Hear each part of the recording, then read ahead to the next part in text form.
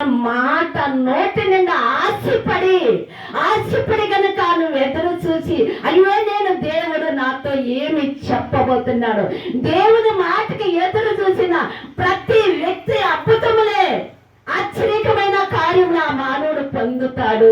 ఆ శరీర బలహీనత విడుదల కలిగి వాడు రోగి కాదు, ఆరోగ్యవంతుల ఆయన మాట విన్నప్పుడు వాళ్ళు రోగులు కాదు, ఆరోగ్యవంతులవుతారు.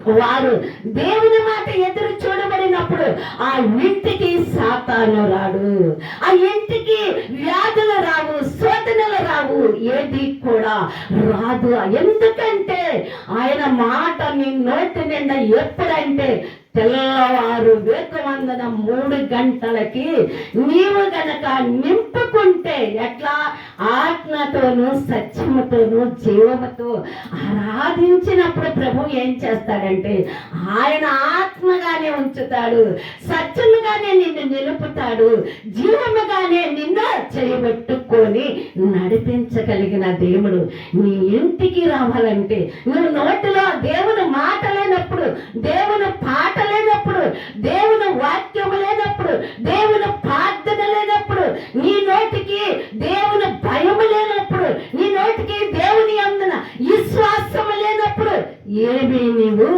దేవుని వందన కలిగినది ఏది కూడా నువ్వు సాధించలేవు.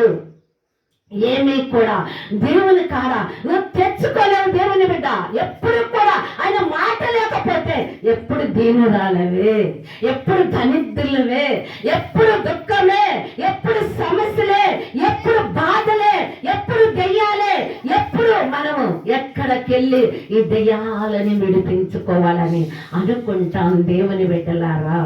కానీ దేవుడు ఉన్నాడు, ఆయనతో నువ్వు మాట్లాడు, నేర్చుకునమా ఆయన మాట నీ నోటి నిండా, నీ నాలిక నిండా అమూల్యమైన మాటలు నింపుకొని జీవం కలిగి ఉండాలి.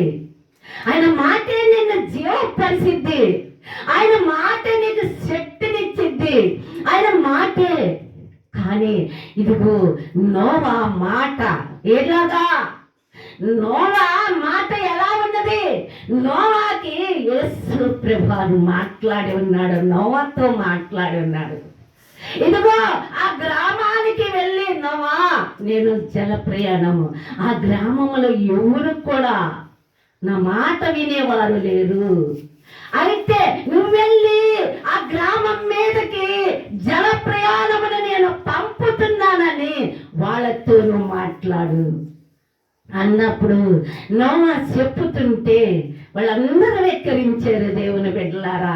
వాళ్ళందరూ నవ్వారు. ఈ నోవా అంట దేవుడు అంట చెప్పాడంట దేవుడు అంట చెప్పాడంట నోవాకి ఈ తాగుబోతులు తాగవద్దని చెబుతున్నాడు, వ్యభిచారమును చెయ్యవద్దని చెబుతున్నాడు, ఎమ్మరంట యేసయ్య అంట మరి జల ప్రయాణము పంపుతాడంట అని నోవాని చూసి దేవుని మాటలు చెప్తుంటే నోవాని ఎక్కిరించి ఉన్నారు, నోవాని నవ్వారు, హేళన చేశారు.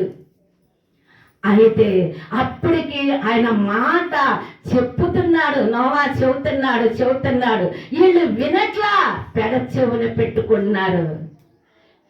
ఎప్పుడు కూడా వాళ్ళ నోవా చెప్పిన మాట దేవుడు వింటున్నాడు, నోవా చెబుతున్నాడు, దేవుడు చెప్పినట్టు నోవా చెబుతున్నాడు, దేవుని మాటలకి ఇచ్చాడు నోవా మరి లోబడిపోయినాడు. అయ్యా గ్రామానికి వెళ్ళినప్పుడు వెళ్ళి చెప్పమన్నప్పుడు నోవా దేవుడు ఏది చెబితే అది ఆ ప్రజలకి చెప్పినప్పుడు ఒక్కళ్ళు కూడా ఒక్క మాట ఆలకించలేదు.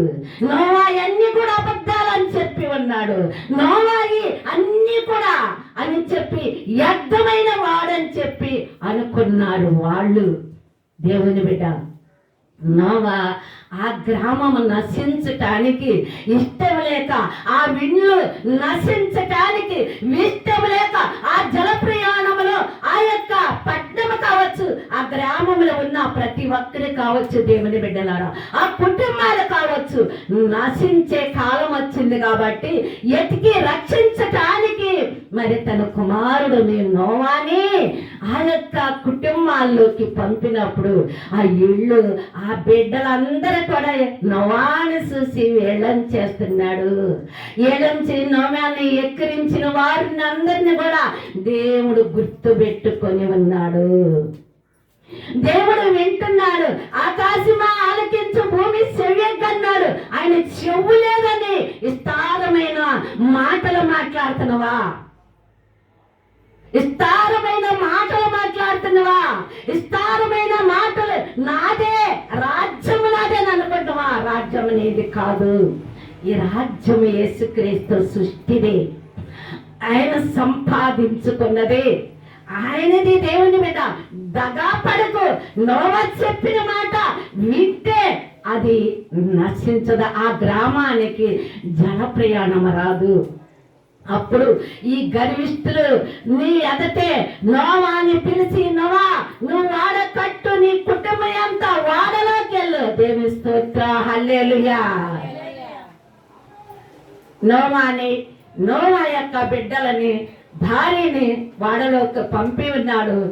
దేవుడు తలుపు వేసి ఉన్నాడు, తాళం వేసి ఉన్నాడు. దేవుని స్తోత్ర, హల్లెలూయా.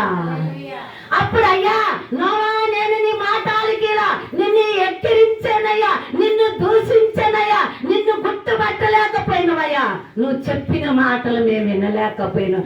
యా జల ప్రయాణము అయ్యా, మేము మా పిల్లలు అల్లాడిపోతున్నా, ముంచి వేస్తుందంటే నోవా తలుపు తీయమంటే నోవా కూడా వల్ల కట్ల తలుపు, దేవుడేసిన తలుపు అదే. దేవుడు బిగించాడు ఆ తలుపుని, కానీ నోవా వల్ల కూడా కాలేదు. నోవా బిడ్డలు, నోవా కుటుంబం సమస్తం ఏమైనదంటే వాడలో నిలిచి ఉన్నారు. ఈ గర్విష్ఠులను ఏం చేశాడు? ఆ గర్విష్ఠుల మీద నువ్వు చెప్పుకో, నువ్వు బోధించుకో, మాకైతే అది రాదు, మేం చేసేది మేమే, తాగేది మేమే, వ్యభిచారము మాదే, మేము చేసేయన్నా మేము చేసుకుంటాము అన్న గర్విష్ఠులకి ఏం చేశాడంటే జల ప్రయాణం పంపించున్నాడు. దేవుని బిడ్డలారా, జల ప్రయాణం పంపించున్నాడు. వారి అహంకారిష్ఠులనే యేసు ప్రభు వారికి తండ్రి దేవుడికి యెహోవాకి తెలిసి ఉన్నది. కానీ అయినా తన దాసుడిని నోవాని పంపబడిన ఆ ప్రతి ఇంటికి చెప్పినా కూడా వినలేదు. వాళ్ళు విస్తారమైన మాటలు, విస్తారమైన పనులు, విస్తారమైన కోరికలు, విస్తారమైన సమస్తం అధికారము నాకే, అధికారమన్నది నాకంటే ఈ పట్టణంలో నీతివంతుడు లేడని చెప్పి ఏం చేశారంటే నోవాని పక్కకి నెట్టివేసి ఉన్నాడు. దేవుని బిడ్డలారా, జాగ్రత్త, మనం చాలా జాగ్రత్త పడాలి. నీ పెడచెవు, నీ పెడదారులు, నీ పెడ మాటలను దేవుడు వింటున్నాడు.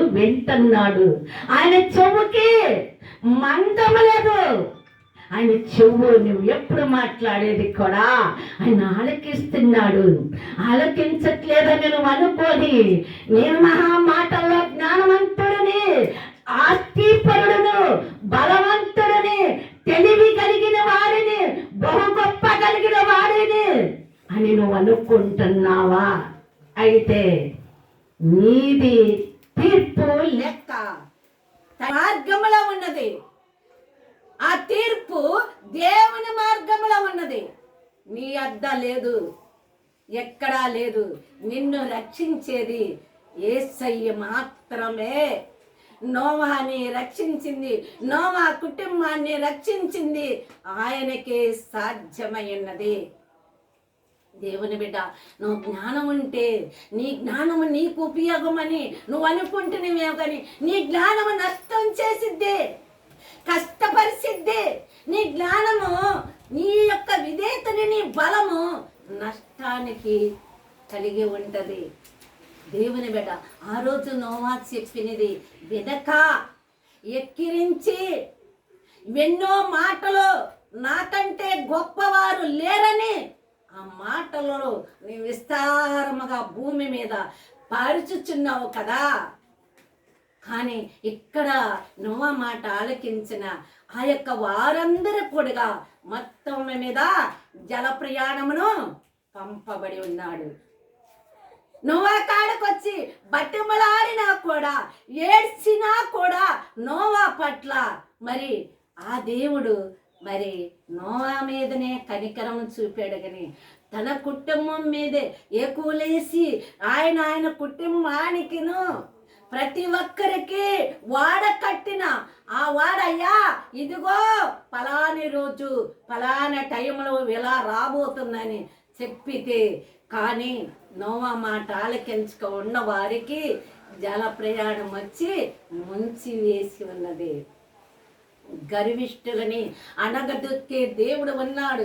దేవుని బిడ్డ, నువ్వు ఎంత తెలివి కలిగిన, నీకు ఎంత డబ్బు ఉన్నా, ఎంత వేడి ఉన్నప్పటికైనా దేవుని దృష్టికి శూన్యమైన వాడివి. శూన్యమైన వారిని దేవుని దృష్టికి తీసి పడవేయబడిన వారిని. దేవుని బిడ్డ, నీకు ఉన్నప్పటికైనా, నీకు లేకపోయినప్పటికైనా, నీకు నువ్వు తగ్గించుకున్నప్పుడు దేవుడు వెచ్చింపతనము ఆ రోజు నీకుంటుంది.